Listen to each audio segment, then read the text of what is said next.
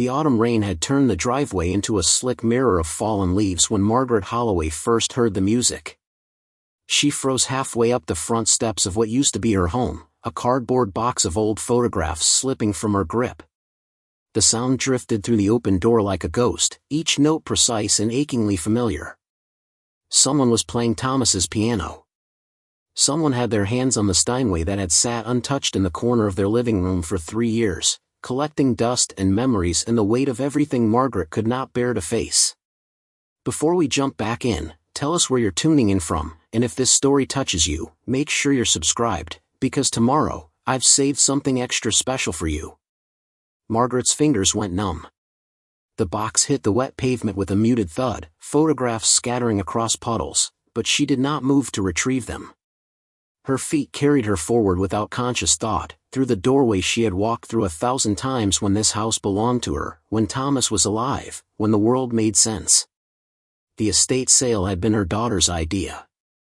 Actually, it had been more of an ultimatum delivered over coffee 3 weeks ago with that mixture of love and exasperation only adult children can master.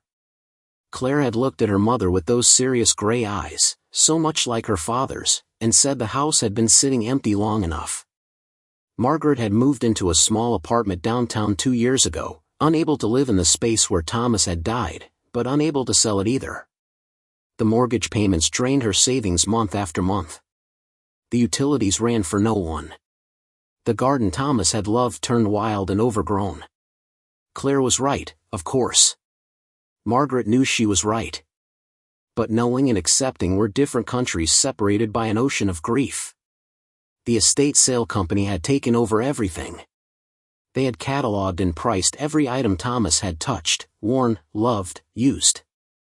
His books were marked with yellow stickers. His clothing hung on racks with tags dangling from the sleeves. His tools from the garage sat in organized bins, transformed from personal possessions into merchandise, from memories into inventory. Margaret had agreed to it all with numb resignation. She had signed the papers. She had given them the key. She had told herself she would not come today, would not watch strangers paw through the remains of her life, would let Claire handle everything while she stayed safely away in her apartment with the curtains drawn. But this morning she had woken with an urgency she could not name, a pressure in her chest that said she needed to be there, needed to witness this final dismantling, needed to say some kind of goodbye she had not been able to say when Thomas died suddenly in his sleep 3 years ago at the age of 62. The living room was crowded with people she did not recognize. Neighbors, probably. Bargain hunters. Antique dealers looking for undervalued items they could flip for profit. They moved through her former home like ants at a picnic, touching everything, examining, judging, deciding what was worth taking and what should be left behind. Margaret's stomach twisted. She wanted to scream at them to get out, to put everything back, to undo this terrible mistake. But then she heard it again. That music. Chopin's Nocturne in E-flat major, Opus 9, number 2. Thomas's favorite piece. The piece he had played on their wedding night 35 years ago. The piece he had played when Claire was born. The piece he had played on quiet Sunday mornings while Margaret made coffee and pretended not to cry because the beauty of it broke something open in her chest. The piece she had not heard since the morning of his death. Margaret pushed through the crowd, not caring who she bumped, not apologizing, moving toward the source of the music with single-minded determination. The piano sat in its usual spot by the bay window, the afternoon light falling across its polished black surface exactly as it always had. But there was a stranger sitting on Thomas's bench. A young man, maybe 30 years old, thin and intense with dark hair that fell into his eyes as he bent over the keys. His fingers moved with confidence, with emotion, with a kind of desperate passion that made Margaret's throat constrict. He played like someone who needed the music to breathe, who would die without it, who had found in those black and white keys the only language that mattered. He played the way Thomas had played. Margaret felt rage rise in her chest, hot and sudden and overwhelming. How dare this stranger sit at her husband's piano? How dare he touch those keys? How dare he play that piece, that particular piece, the one that belonged to Thomas, to their life together, to everything this stranger could not possibly understand? She moved forward, her voice coming out louder than she intended, sharp and accusing and raw with 3 years of unexpressed grief. She demanded to know what he thought he was doing. Told him to get away from that piano. Said it was not for sale. That it had never been for sale. That there had been a terrible mistake.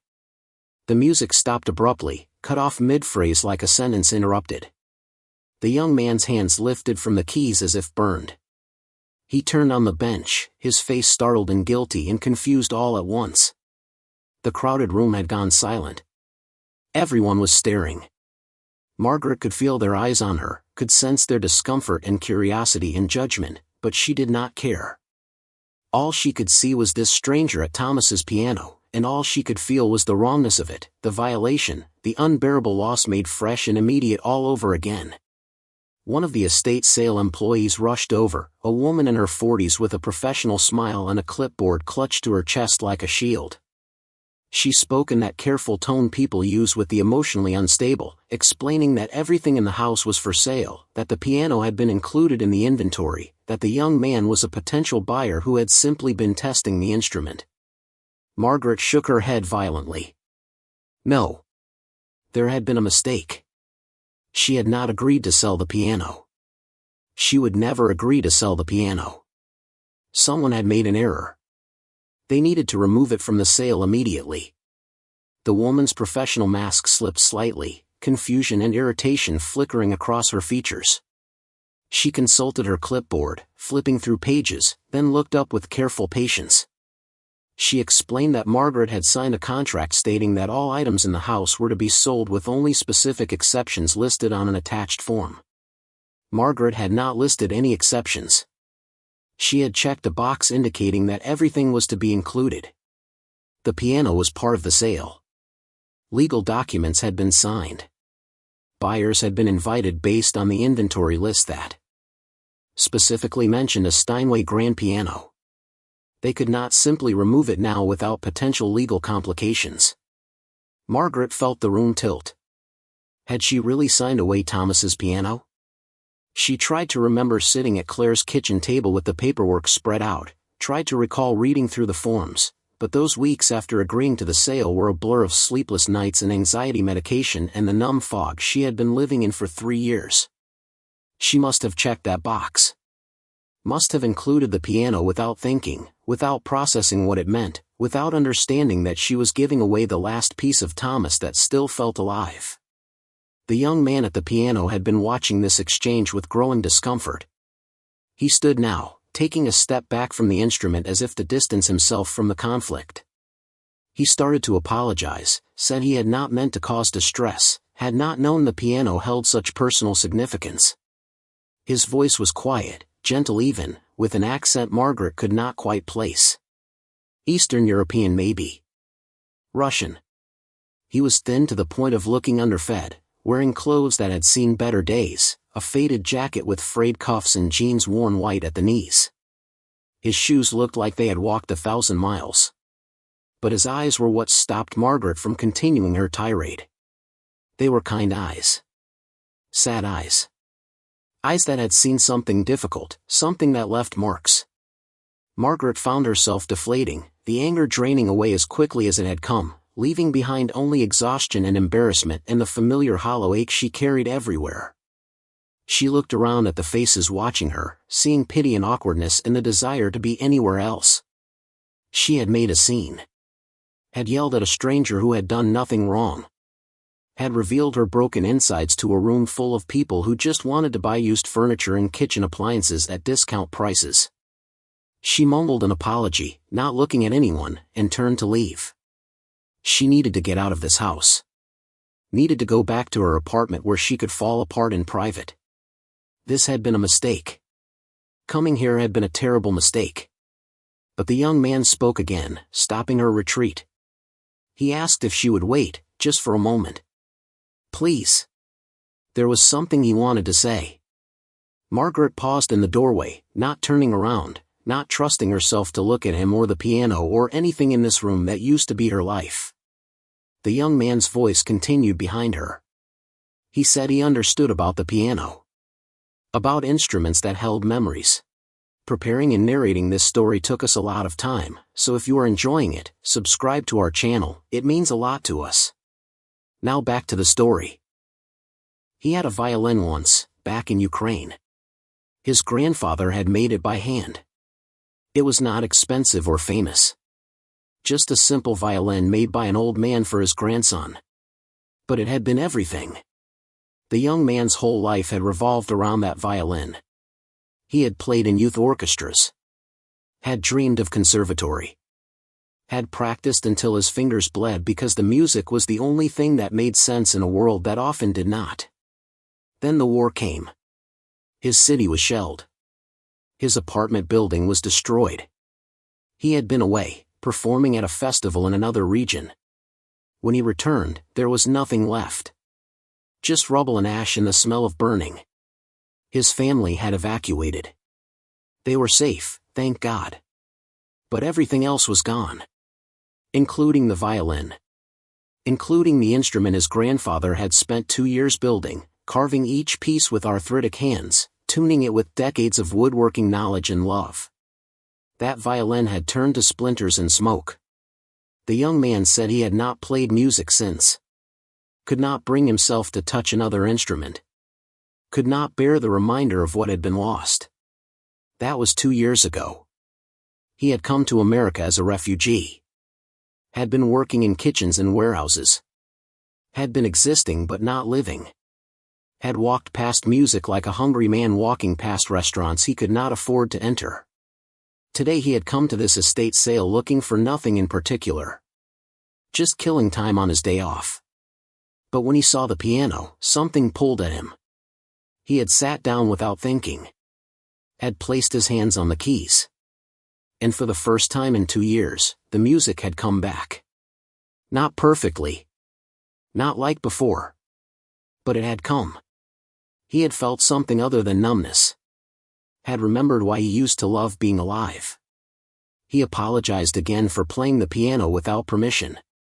For touching something that clearly meant so much. He understood loss. Understood objects that carried the weight of people who were gone. He would leave now. Would not bother Margaret further. The room remained silent after he finished speaking. Margaret stood in the doorway with her back to everyone, tears running down her face, dripping off her chin. She had not cried at Thomas's funeral. Had not cried when she packed up the house. Had not cried during 2 years of living in her empty apartment. But now she cried for this young man who had lost his grandfather's violin. For Thomas who would never play piano again. For herself and the life that had ended the morning her husband did not wake up. For Claire who had to watch her mother disappear into grief. For all the music in the world that got silenced by death and war and circumstances beyond anyone's control. She turned around slowly, wiping at her face with the back of her hand, not caring how she looked. She met the young man's eyes across the crowded room. She asked his name. He hesitated, then answered. Dmitri. Dmitri Kovalenko. Margaret nodded slowly. She introduced herself properly this time. Margaret Holloway. The piano had belonged to her husband. Thomas. He had died 3 years ago. Dmitri inclined his head in acknowledgement, in respect, in shared understanding of what it meant to lose something irreplaceable. Margaret took a shaky breath. She said she needed some air. Needed to think. She asked if Dmitri would stay. Just for a little while. He nodded immediately. Of course. He would stay as long as she needed. Margaret walked back outside to the wet driveway where her scattered photographs lay soaking in puddles. She knelt down stiffly, her knees protesting, and began gathering them. Pictures of Thomas. Pictures of Claire as a baby. Pictures of their wedding day. Pictures of Christmas mornings and beach vacations and ordinary Tuesday evenings that had seemed mundane at the time but now looked like paradise lost. She collected them carefully, shaking off the water, knowing they were ruined but unable to leave them lying there like trash.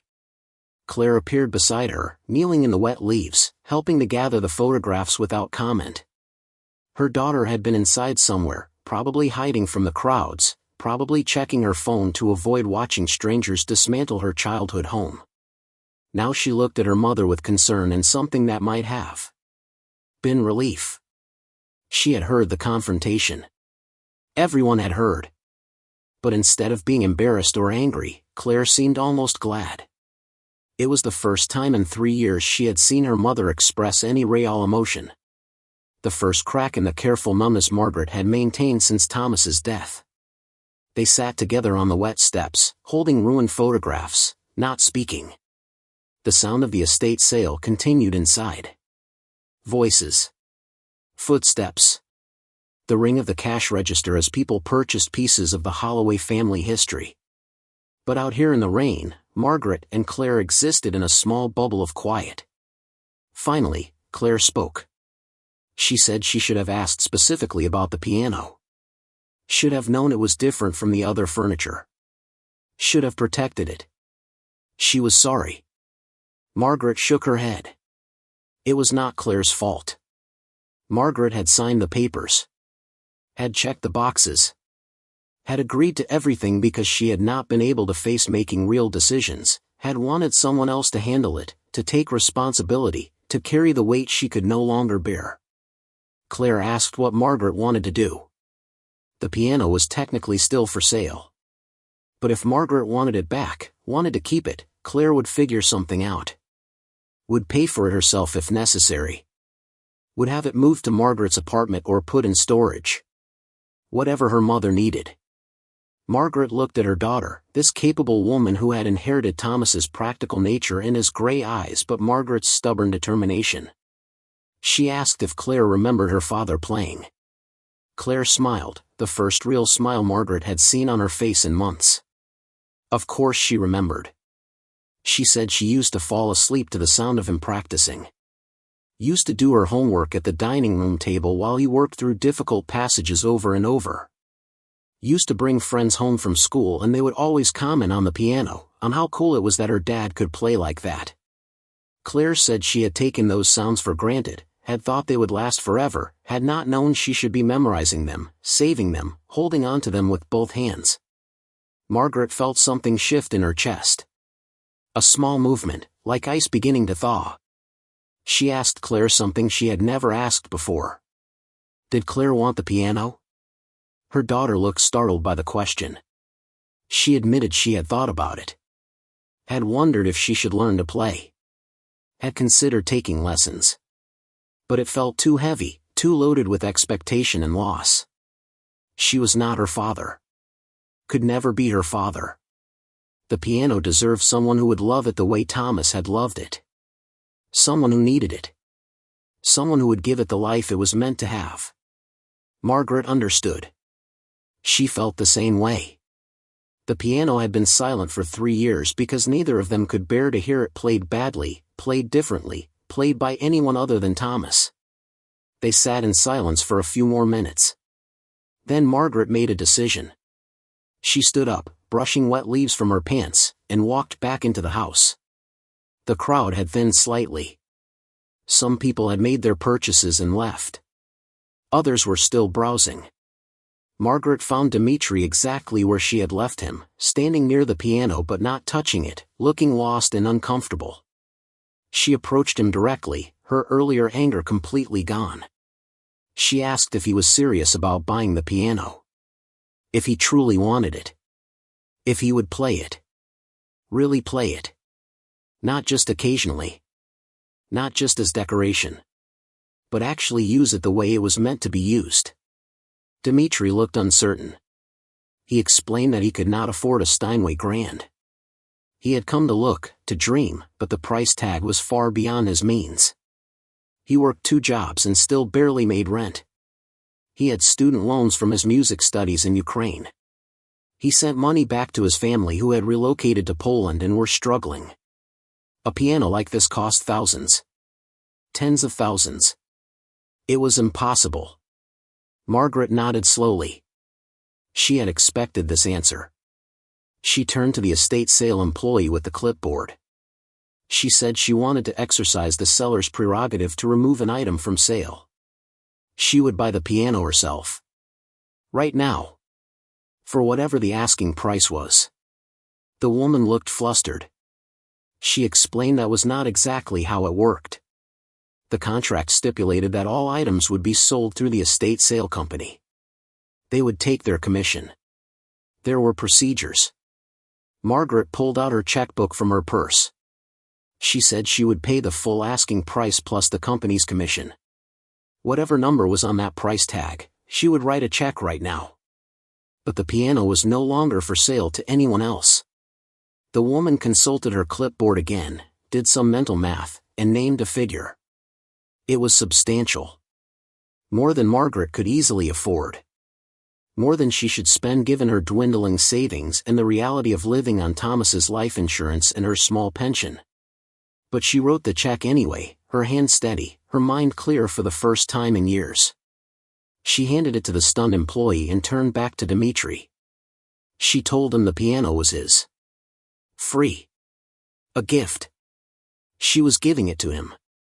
Dmitri's face went white. He started to protest, to refuse, to explain that he could not possibly accept such generosity, such an incredible gift from a stranger. But Margaret held up her hand, stopping him. She said it was not really a gift. It came with conditions. Requirements. A contract of sorts. She needed him to promise her something.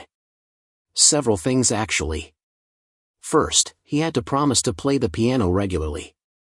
Every day if possible. She did not want it sitting silent gathering dust. Second, he had to promise to take care of it. Tune it. Maintain it. Treat it with respect. Third, and this was the most important one, he had to promise that if he ever stopped playing, if he ever decided he did not want it anymore, he would not sell it. He would find someone else who needed it. Someone who would love it and play it and keep it alive with music. He would pass it forward. He would continue the chain. Dmitri stared at her with tears in his eyes. He asked why. Why would she do this? Why would she give away something that clearly meant so much? Margaret looked at the piano, at this instrument that had been silent for 3 years, that she had not been able to play or sell or even think about without feeling like she was drowning. She said she had been holding on to Thomas wrong. She had been trying to preserve everything exactly as it was the morning he died. Had frozen their life together in amber, perfect and untouchable and dead. But Thomas had not been a museum piece. He had been alive. The music had been alive. And keeping the piano as a shrine, as a monument to loss, was the opposite of honoring him. Thomas would have hated it. Would have wanted the instrument played.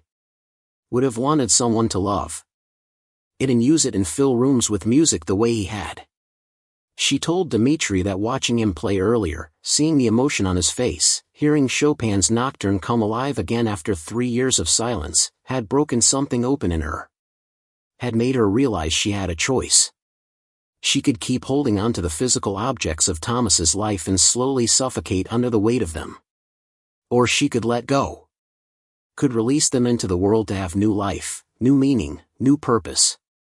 She chose letting go. She chose giving this piano to someone who would love it. And maybe, in some small way, both she and Dmitri would be healed by it.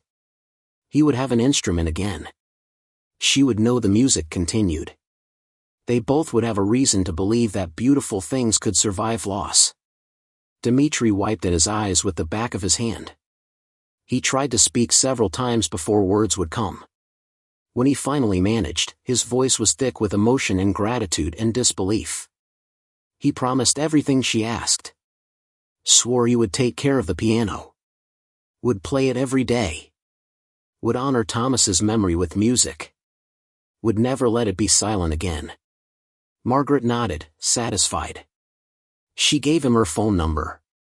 Told him to call her when he had the piano moved to wherever he lived. She wanted to know it had arrived safely. Wanted to know where it would be living its next chapter. The rest of the estate sale passed in a blur. Margaret stayed for another hour, watching people purchase Thomas's books and tools and furniture. Each item that left felt lighter instead of heavier. She was not losing Thomas. He was already gone. Had been gone for 3 years. She was just finally accepting it.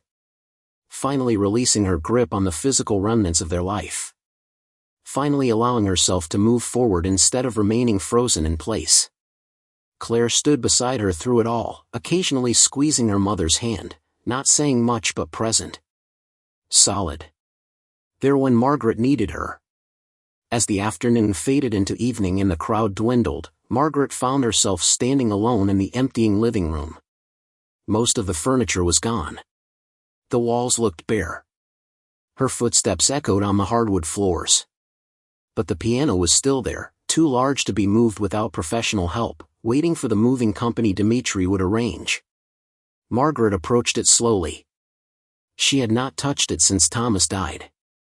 Had not even let herself look at it directly. But now she stood in front of it, really seeing it. Just an instrument. Just wooden strings and hammers. Not a shrine. Not a monument. Just a piano waiting to make music again. She sat down on the bench. Thomas's bench. The leather was cracked with age. The wood was scarred from decades of use. She lifted the fallboard, revealing the keys. Some of them were yellowed. Others had small chips. They were not perfect. But they were beautiful. She placed her hands in position, fingers curved, wrists loose, the muscle memory of lessons from her own childhood clicking into place. She had not played in 40 years. Not since before she married Thomas. She had never been very good. Never had his talent or dedication. But she had loved it once. Margaret pressed down on middle C. The note rang out clear and true in the empty room. Then D. Then E. Slowly, haltingly, she began to play. She did not attempt anything complicated. Just a simple melody. Chopsticks maybe. Or the first few bars of a beginner's song whose name she could not remember. Her fingers stumbled. She hit wrong notes. She had to stop and start over several times. But she played. And it felt like saying goodbye. It felt like saying thank you. It felt like saying I loved you and I will always love you and I have to let you go now.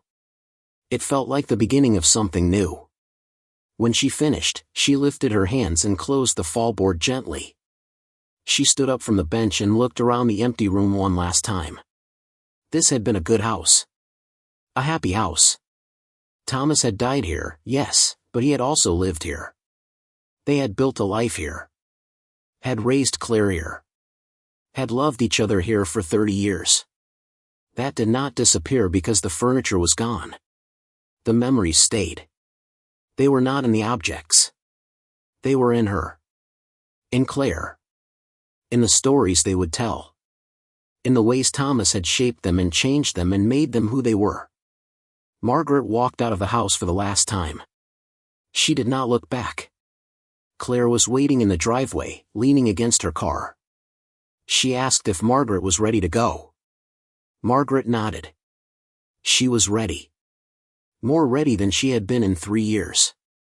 They drove away from the house as the sun set behind the trees, painting the sky orange and purple and gold. Margaret watched it all from the passenger seat, feeling lighter than she had felt since the morning she woke up next to Thomas and realized he was gone. She had done something today. Something brave. Something that mattered. She had let go. And in letting go, she had discovered she could still feel things other than grief. Could still make decisions. Could still act with purpose and intention.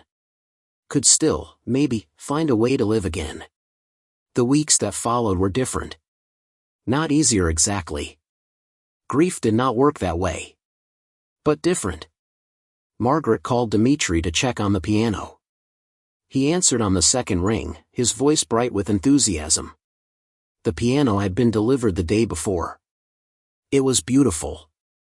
Perfect. He had already played for hours. His neighbors had complained about the noise but he did not care. He was making music again. Making sense of the world through sound.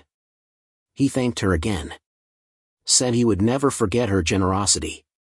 Would spend his life trying to be worthy of it. Margaret told him he already was worthy. Then she did something that surprised her. She asked if she could visit sometime. To hear him play. To see the piano in its new home. Dmitri agreed immediately. Enthusiastically. Said she was welcome anytime.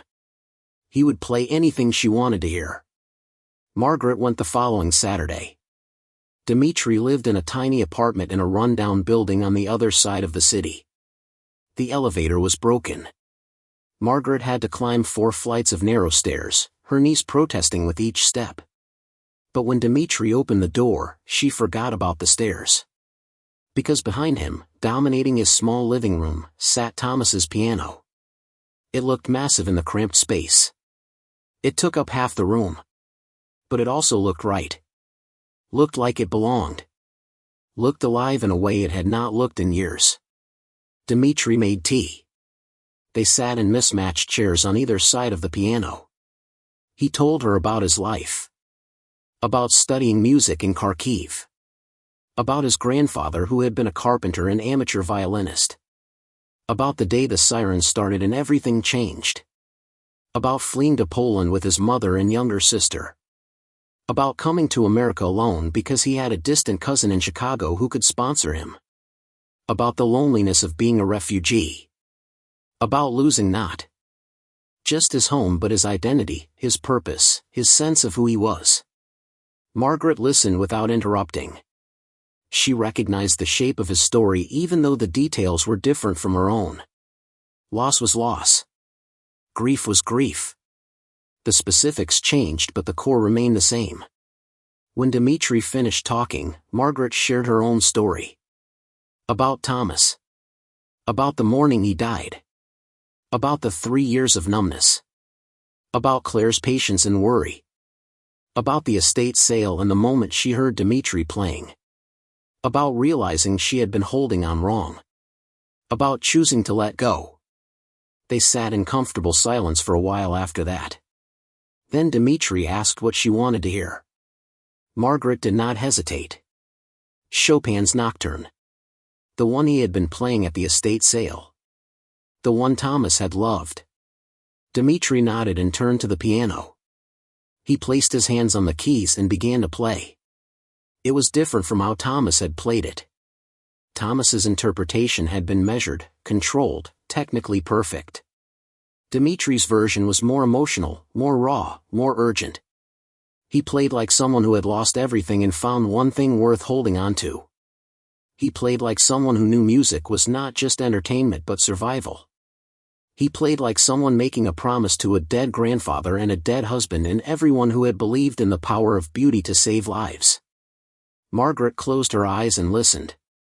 Tears ran down her face but she was not sad. She was feeling. Really feeling. For the first time since Thomas died, she was present in the moment, experiencing emotion fully instead of hiding from it.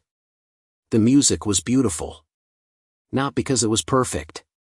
It was not perfect. Dmitri rushed some passages and stumbled over others. But it was honest. It was alive. It was real. And it was proof that letting go had been the right choice. That Thomas's piano had found exactly where it needed to be. That music could continue even after the musician was gone. When the last note faded, Margaret opened her eyes. Dmitri turned on the bench to look at her, uncertainty and hope mingled on his face. She smiled at him. A real smile. The first real smile she had smiled in 3 years. She told him it was beautiful. That Thomas would have loved it. That she was glad the piano had found him. Dmitri smiled back, relief flooding his features. He asked if she would come again. Would visit regularly. Would let him play for her. Margaret surprised herself by saying yes. She would like that. Would like very much to have this in her life. This connection. This music. This proof that beauty survived loss. Over the following months, Margaret visited Dmitri's apartment every few weeks. Sometimes they talked. Sometimes they just sat in silence while he played. He worked through pieces he had loved in Ukraine. Pieces he had performed as a student. Pieces his grandfather had loved. And slowly, Tentatively, he began composing his own music. Simple pieces at first. Then more complex. Music that told the story of leaving home. Of war and loss and displacement. Of finding unexpected kindness in a strange country. Of pianos that carried the memories of dead husbands and dead grandfathers and kept those memories alive through sound. Margaret's life began to change in other ways too. She started calling Claire more often. Started accepting invitations to dinner instead of making excuses. Started leaving her apartment for reasons other than grocery shopping. She joined a grief support group at the community center. Sat in a circle with other widows and widowers. Listened to their stories. Shared her own. Learned that she was not alone in her particular flavor of loss. That others understood. That healing was not betrayal. That moving forward did not mean leaving Thomas behind. She started volunteering at a local hospice. Sitting with dying patients. Holding their hands. Listening to their stories. Being present in the way she wished someone had been present with her during those first impossible months after Thomas died. She was good at it. Good at sitting with pain. Good at not trying to fix things that could not be fixed.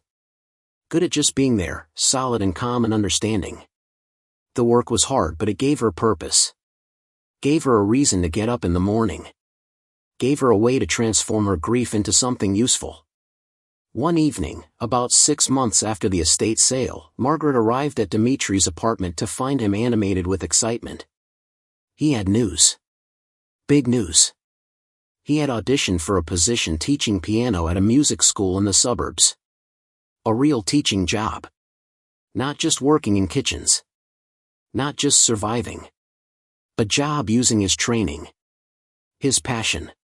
His gift. And he had gotten it. They had called that afternoon to offer him the position. Good pay. Benefits. A chance to share music with students.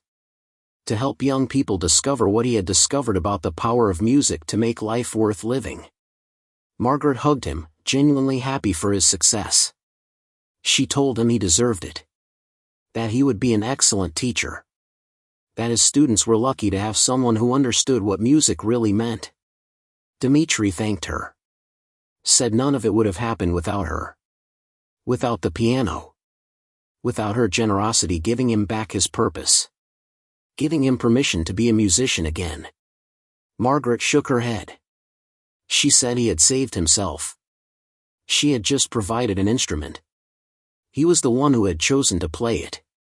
Chosen to rebuild his life. Chosen to believe music mattered. They celebrated with cheap wine and takeout pizza eaten sitting on the floor of Dimitri's apartment. They talked about the future. About Dimitri's plans for his new teaching position. About Margaret's volunteer work. About Claire, who had recently announced she was pregnant with her first child. About the baby who would grow up knowing stories about the grandfather he never met. About continuity and change and how life kept moving forward whether you were ready or not. About finding ways to carry the people you loved even after they were gone. About choosing joy without feeling guilty. About letting go and holding on at the same time. As Margaret prepared to leave that evening, Dimitri stopped her. He said he had something to show her. He had finished composing a new piece. A piano piece. He wanted to play it for her. Wanted her to be the first person to hear it. He sat down at the piano, took a breath, and began to play. The music was unlike anything Margaret had heard before. It was modern but accessible. Dissonant but beautiful. It sounded like grief and hope mixed together. Like ending and beginning happening simultaneously. Like the complicated truth of living after loss. The piece built slowly, starting soft and contemplative, then growing more intense, more passionate, more urgent. It was not long, maybe 5 minutes, but in those 5 minutes Margaret heard everything. Heard Ukraine and America. Heard war and peace. Heard grandfathers and violins and widows and estate sales. Heard Thomas and Dimitri and herself. Heard the last 3 years of her life transformed into sound. When Dimitri finished, he turned to look at her. He said he had named the piece Letting Go. Said it was dedicated to Margaret and Thomas Holloway. To the piano that had saved his life. To the woman who had shown him that generosity and kindness still existed in the world. To the man whose memory lived on through music. Margaret could not speak. Could only nod. Could only cry. Could only feel the enormous weight of 3 years of grief finally beginning to lift. Beginning to transform into something else. Not disappearing. Never disappearing. But becoming bearable. Becoming part of her instead of all of her. Becoming one thread in the larger fabric of her life instead of the only thread. She left Dimitri's apartment that night feeling something she had not felt since Thomas died. She felt grateful. Grateful she had gone to the estate sale that day.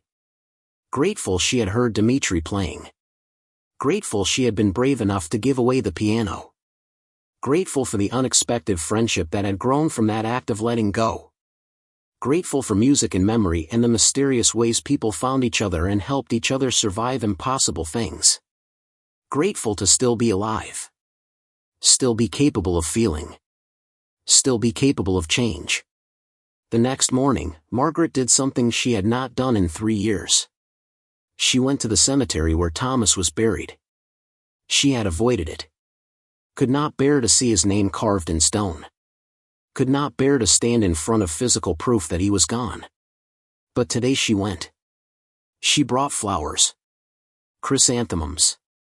His favorite. She stood in front of the simple headstone and talked to him. Told him about the piano. About Dimitri. About letting go. About starting to live again. She cried. She laughed. She apologized for taking so long. For holding on so tightly. For being so afraid. She thanked him for 35 years of love. For Claire. For teaching her about music and beauty and what really mattered. She told him she missed him. Would always miss him. But she was going to be okay. The invitation arrived on a Tuesday morning in early spring, almost exactly 1 year after the estate sale. Margaret pulled it from her mailbox along with the usual bills and advertisements, nearly throwing it away with the junk mail before the elegant script on the envelope caught her attention. Her name was written in careful calligraphy, the kind of formal penmanship that suggested something important. She opened it standing right there in the lobby of her apartment building, unfolding thick cream-colored paper that felt expensive between her fingers. It was an invitation to a piano recital. Dimitri was performing at a small concert hall downtown, a venue Margaret knew by reputation though she had never been inside. The space was known for hosting emerging classical musicians, intimate performances where serious music lovers gathered to discover new talent. The date was 3 weeks away. Dimitri had written a personal note at the bottom of the printed invitation, his handwriting less elegant than the calligraphy but more sincere. He wrote that he would be performing several pieces including the one he had composed, the piece dedicated to her and Thomas. He very much hoped she would attend. He understood if she could not. But it would mean everything to have her there. Margaret stood in her lobby holding the invitation for a long time, residents moving past her on their way to and from their apartments, the elevator dinging, doors opening and closing, the ordinary sounds of a weekday morning continuing around her while she remained still, processing. A year ago she would have immediately declined. Would have made an excuse. Would have protected herself from the vulnerability of sitting in an audience, of hearing Dimitri perform in public, of being surrounded by strangers in a space dedicated to the kind of music Thomas had loved. But she was different now. The past year had changed her in ways both subtle and profound. She folded the invitation carefully and carried it upstairs to her apartment, placing it on her refrigerator where she would see it every day until she decided what to do. Claire called that evening, their now regular Tuesday phone call that Margaret actually looked forward to instead of dreading. Her daughter was 7 months pregnant now, moving through the world with the careful waddle of someone carrying precious cargo, complaining cheerfully about swollen ankles and heartburn and the baby who apparently practiced gymnastics at 3 in the morning. Margaret listened to these complaints with a mixture of sympathy and joy, remembering her own pregnancy, remembering Thomas's excitement and terror as they prepared to become parents. She told Claire about the invitation. Asked what she thought. Should Margaret go? Claire was quiet for a moment. That thoughtful silence Margaret had learned meant her daughter was choosing her words carefully. Finally Claire said that a year ago she would have worried about Margaret attending something like this. Would have feared it was too much too soon. Would have been concerned about her mother sitting through a piano performance and falling apart. But now, Claire thought Margaret was ready. Thought it might even be healing. Thought it was a sign of how far Margaret had come that she was even considering it. Claire said she would go with her if Margaret wanted company. Would sit beside her and hold her hand if things got difficult. But she also thought Margaret could probably do this alone. Could sit in that audience and listen to music and feel whatever she needed to feel without breaking. Margaret thanked her daughter, emotion thick in her throat, and said she would think about it. But she already knew her answer. She was going. She would sit in that concert hall and listen to Dimitri play. Would hear the piece he had dedicated to Thomas. Would allow herself to feel whatever came. Would be brave enough to face the music, literally and figuratively. It felt important. Felt like another step forward. Felt like honoring both Thomas's memory and her own journey toward whatever came next. The 3 weeks passed quickly. Margaret's volunteer work at the hospice kept her busy. She had become one of their most reliable volunteers, someone the staff called when they had a patient who needed the particular kind of presence Margaret offered. She sat with dying people and listened to their regrets, their memories, their fears, their final attempts to make sense of lives that were ending. She held hands that were frail and spotted with age. She witnessed last breaths and first tears. She learned that death was not always terrible. Sometimes it was a relief. Sometimes it was gentle. Sometimes it was surrounded by love and peace and acceptance. This knowledge did not erase her grief over losing Thomas suddenly, without warning, without goodbye. But it added context. Helped her understand that there were worse ways to go. That Thomas had been spared suffering. That his last conscious moments had been ordinary and comfortable, falling asleep beside her like he had done for 35 years, not knowing it would be the last time. She also spent time with Dimitri, their friendship deepening into something neither of them had expected but both valued. He played for her. She listened. They talked about music and loss and the strange paths life took. Dimitri's teaching position had transformed him. He had found a purpose beyond survival. His students were mostly children from immigrant families, kids whose parents worked multiple jobs to afford piano lessons, who practiced on cheap keyboards in crowded apartments, who understood that music was not just entertainment but identity, connection to cultures and histories they were in danger of losing. Dimitri taught them with patience and passion, understanding exactly what it meant to use music as a bridge between past and present, between who you were and who you were becoming. One afternoon, about a week before the recital, Margaret arrived at Dimitri's apartment to find him agitated in a way she had never seen before. He paced his small living room, running his hands through his hair, speaking rapid Ukrainian on his phone before hanging up abruptly and apologizing to Margaret in English. She asked what was wrong. He explained that his mother and sister were supposed to come visit from Poland. He had saved money for months to buy their plane tickets. They were supposed to arrive next month. It would be the first time he had seen them in person since fleeing Ukraine 2 years ago. But his sister had just called. Their mother was sick. Not seriously, probably just a bad respiratory infection. But she could not travel. The doctor said she needed to rest. The trip was cancelled. Dimitri collapsed onto his worn couch, covering his face with his hands. Margaret sat beside him, not speaking, just present. After a long moment he looked up at her with red-rimmed eyes and said he felt guilty. Guilty for being disappointed when he should just be relieved his mother was not seriously ill. Guilty for being so far away. Guilty for leaving them in Poland while he built a life in America. Guilty for having this apartment and this job and this piano while they struggled in a country that was not their home, refugees among refugees, waiting for a war to end so they could return to a city that might not exist anymore. Margaret understood guilt. Had carried it herself for 3 years, guilty that she was alive while Thomas was dead, guilty that she could not seem to move forward, guilty that her grief had consumed her so completely that she had abandoned Claire emotionally right when her daughter needed her mother.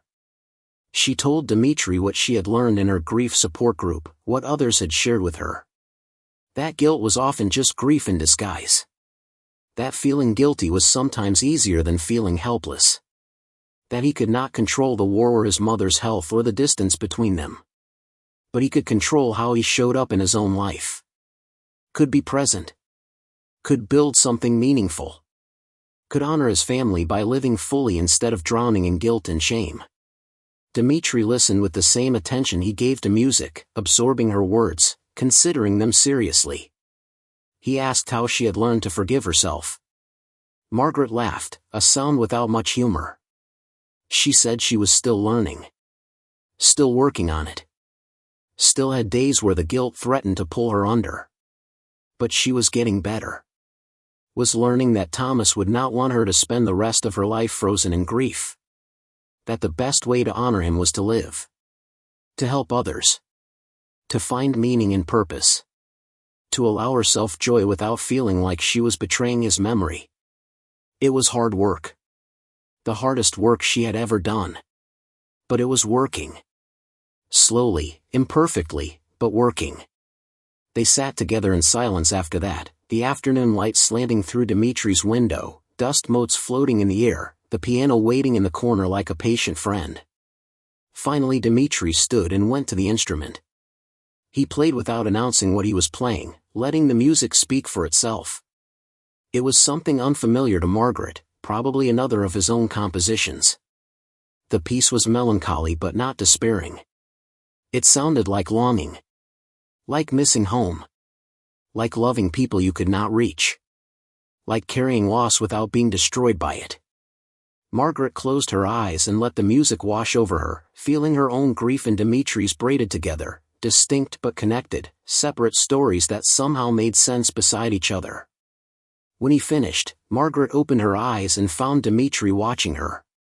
He said he was glad she had come into his life. Glad for the piano, yes, but more glad for her friendship.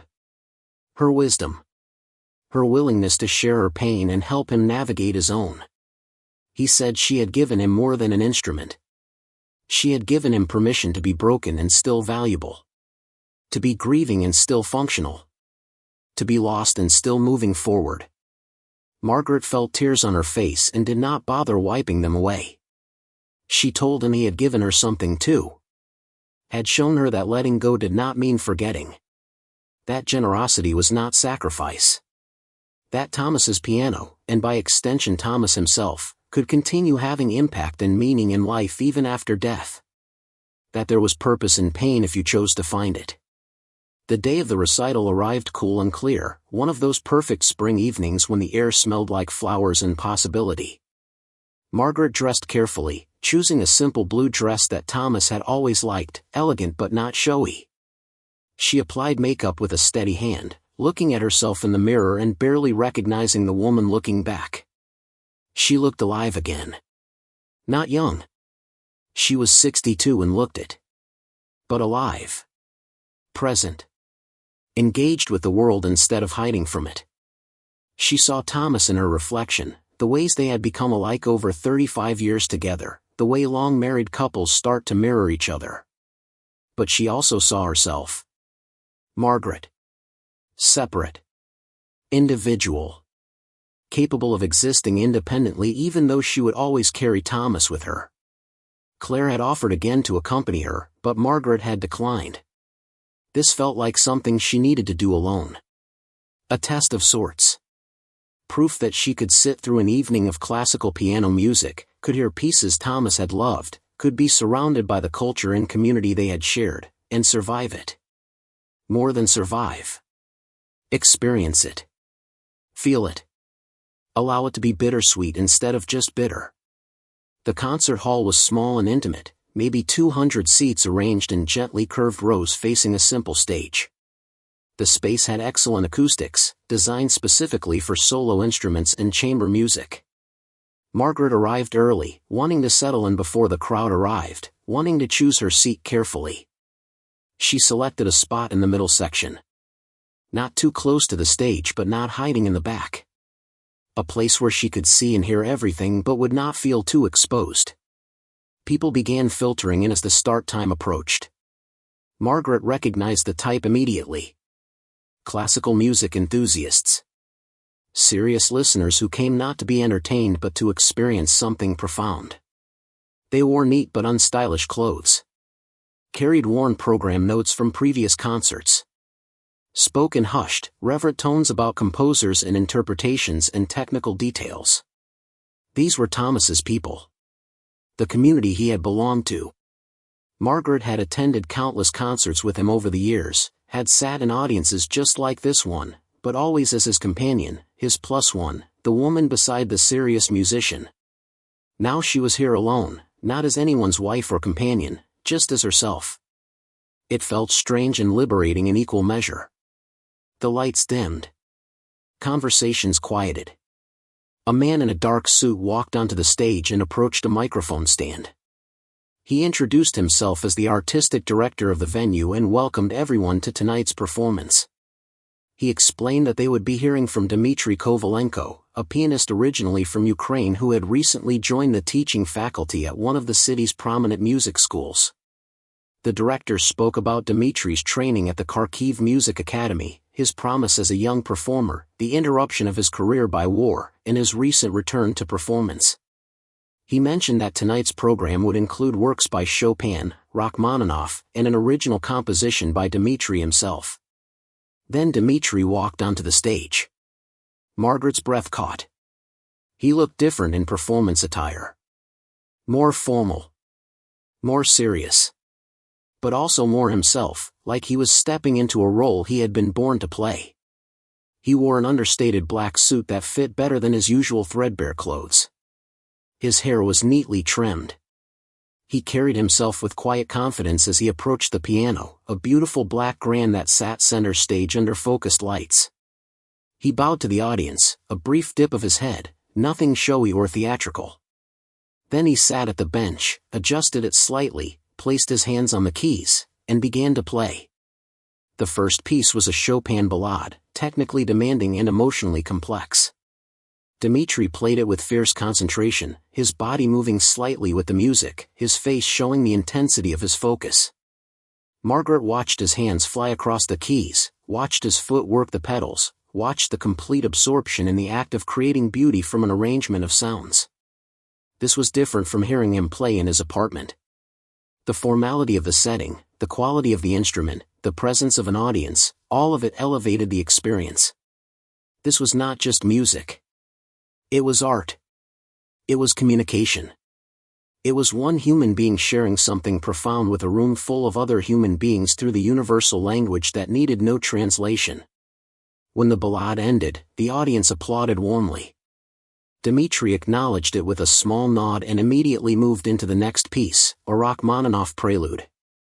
This one was darker, more brooding, technically virtuosic in a way that made Margaret understand why Dmitry had been accepted into a prestigious conservatory as a young man. He had real talent. Not just competence. Talent. The kind that made people stop and listen. The kind that could have led to a significant career if circumstances had been different. If war had not intervened. If displacement had not derailed everything. The Rachmaninoff received even stronger applause. Margaret found herself clapping enthusiastically, genuinely moved by the performance, temporarily forgetting her own complicated emotions in the simple pleasure of witnessing something beautiful done well. Then the lights dimmed slightly and Dmitry spoke for the first time. His voice was quiet but clear, carrying easily in the intimate space. He said the final piece of the evening would be an original composition. He explained that he had not written music for many years. Had not felt capable of creation, only repetition. But coming to America, meeting unexpected kindness, being given a second chance at music, all of it had inspired him to compose again. This piece was dedicated to two people. Thomas Holloway, a pianist and music lover whose instrument Dmitri now had the honor of playing. And Margaret Holloway, Thomas's widow, who had shown Dmitri what generosity looked like. What letting go looked like. What grace looked like. Margaret felt every eye in the audience turn toward her, though in the dimmed lighting no one could possibly know which person she was. Her face burned. Her heart hammered. She had not expected Dmitri to speak about her publicly, to name her, to make her part of the performance. She felt exposed and honored and overwhelmed all at once. Then Dmitri placed his hands on the keys and began to play the piece she had first heard in his cramped apartment. The piece titled Letting Go. Hearing it in this setting was completely different from hearing it in Dmitri's living room. The quality of the piano, the acoustics of the hall, the presence of a listening audience, all combined to make the piece sound fuller, richer, more complete. Margaret heard things she had missed the first time.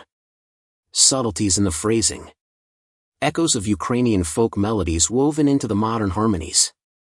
Moments that sounded like grief giving way to acceptance. Like pain transforming into beauty. Like endings becoming beginnings. The piece built slowly, each section developing the themes introduced earlier, building on them, expanding them, taking them in new directions. Margaret heard her own story in the music. Heard Thomas's death. Heard her 3 years of frozen grief. Heard the estate sale and the decision to give away the piano. Heard the gradual thawing. Heard the friendship with Dmitri. Heard her slow return to life. But she also heard Dmitri's story. Heard Ukraine. Heard war. Heard displacement and loss and the desperate need to find meaning in suffering. Heard the violin that turned to ash. Heard the grandfather who made it. Heard the long journey from there to here, from then to now, from broken to healing. The music swelled toward a climax, Dmitri's hands moving with fierce passion across the keys, his whole body engaged in the act of creation. Then it softened, gentled, resolved into something that sounded like peace. Not happy peace. Not everything is fine peace. But the peace of acceptance. The peace of acknowledging reality. The peace of deciding to keep living even though life was hard and painful and nothing like what you had planned. The final notes hung in the air for a long moment after Dmitri lifted his hands from the keys. The silence felt sacred. Margaret was crying openly now, tears streaming down her face, not caring who saw, not trying to hide. She was feeling everything. The loss of Thomas. The gratitude for Dmitri. The wonder that pain could be transformed into something so beautiful. The amazement that she was here, alive, capable of being moved by music again, capable of feeling joy and sorrow braided together in a way that did not destroy her. The audience erupted into applause. People stood. It was a genuine standing ovation, not the polite kind where a few people stand and others follow out of obligation. This was real appreciation, real recognition of something special they had just witnessed. Dmitri stood at the piano bench and bowed deeply, his face showing surprise and emotion and gratitude. His eyes scanned the audience and found Margaret standing in her row, tears on her face, clapping until her hands hurt. Their eyes met across the space and he smiled at her, a smile of such warmth and understanding and shared knowledge that Margaret felt her heart might burst. The applause continued for a long time. Dmitri bowed again. People called out words of appreciation and praise. Finally the applause began to fade and people started gathering their things, preparing to leave, conversations breaking out as the spell of the performance released its hold. But many people remained, moving toward the stage where Dmitri had descended to speak with audience members who wanted to congratulate him, to ask questions, to express their appreciation. Margaret hung back, not wanting to intrude, content to watch from a distance as Dmitri graciously accepted compliments and answered questions about his composition and his story. But then she saw him excuse himself from the small crowd and make his way directly toward her. He approached with that same uncertain expression he had worn at the estate sale when she had first yelled at him for playing Thomas's piano. Like he was not quite sure of his welcome. Like he was afraid he had overstepped by dedicating the piece to her publicly. Margaret immediately shook her head and pulled him into a hug, not caring that they were surrounded by people, not caring about propriety or social conventions. She held him tightly and whispered thank you in his ear. Thank you for the music. Thank you for honoring Thomas. Thank you for helping her heal. Thank you for showing her that beauty still existed in the world. Thank you for being brave enough to play again. When they pulled apart, both had tears in their eyes. Dmitri apologized for making her cry. Margaret laughed and said they were good tears. Healing tears. The kind that washed clean instead of drowning. She told him the performance had been extraordinary. The piece was extraordinary. He was extraordinary. That Thomas would have loved it. Would have been moved by it. Would have appreciated the skill and emotion and honesty. That she felt honored to have been part of its inspiration. That she would remember this night for the rest of her life.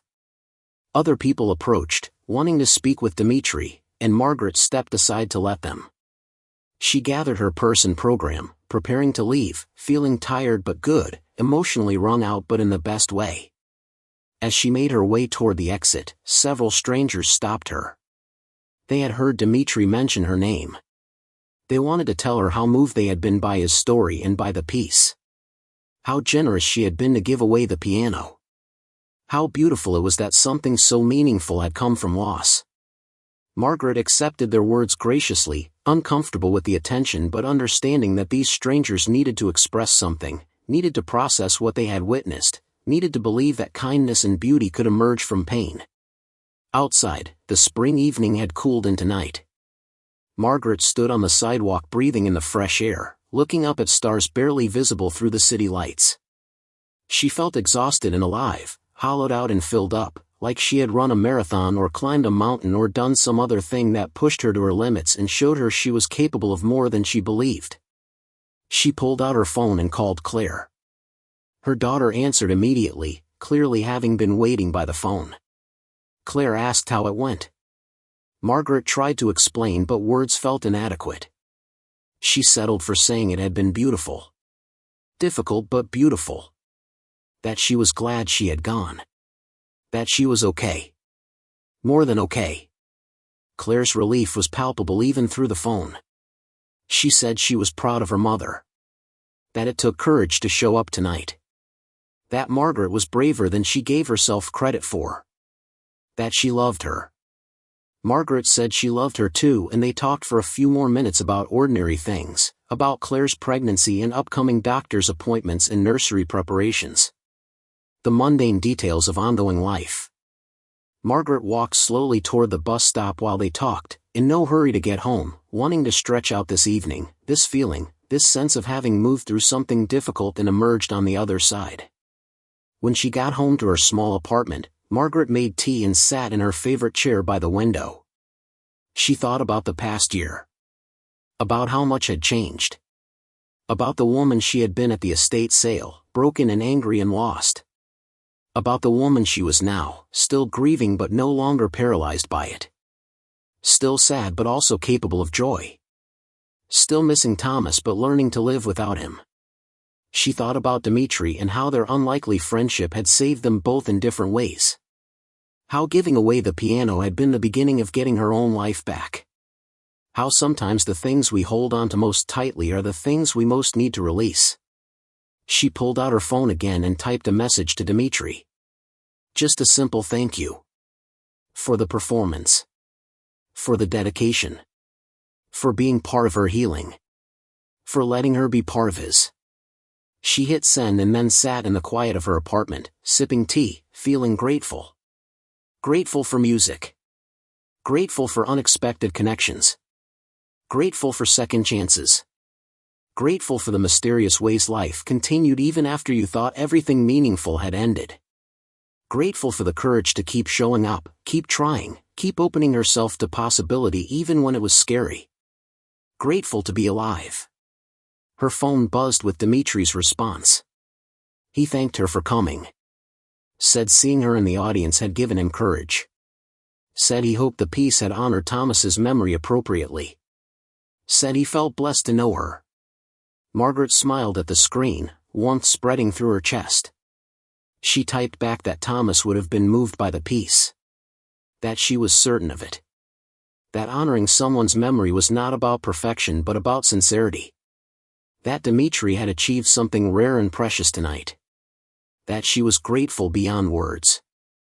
They exchanged a few more messages, the conversation winding down naturally, both of them tired from the emotional weight of the evening. Finally Margaret said goodnight and put her phone aside. She finished her tea and prepared for bed, going through her nighttime routine with the muscle memory of repetition. But tonight everything felt different. The same actions but performed by a different person. Someone who had been tested and not broken. Someone who had faced pain and found meaning in it. Someone who was learning, slowly and imperfectly, how to live again. Before turning off the light, Margaret looked at the photograph on her bedside table. Thomas smiled at her from behind glass, forever frozen at age 60, forever the man she had loved for 35 years. She touched the frame gently, her ritual every night. But tonight she did something different. Tonight she said out loud what she had been thinking for months but had not been able to voice. She told Thomas that she was going to be okay. That she would always love him. That she would always miss him. But that she was ready to keep living. To find joy. To build new connections. To create new meaning. She hoped he understood. She hoped he would approve. She believed, deeply, that he would. 2 years after the recital, Dimitri's sister Oksana arrived with a request.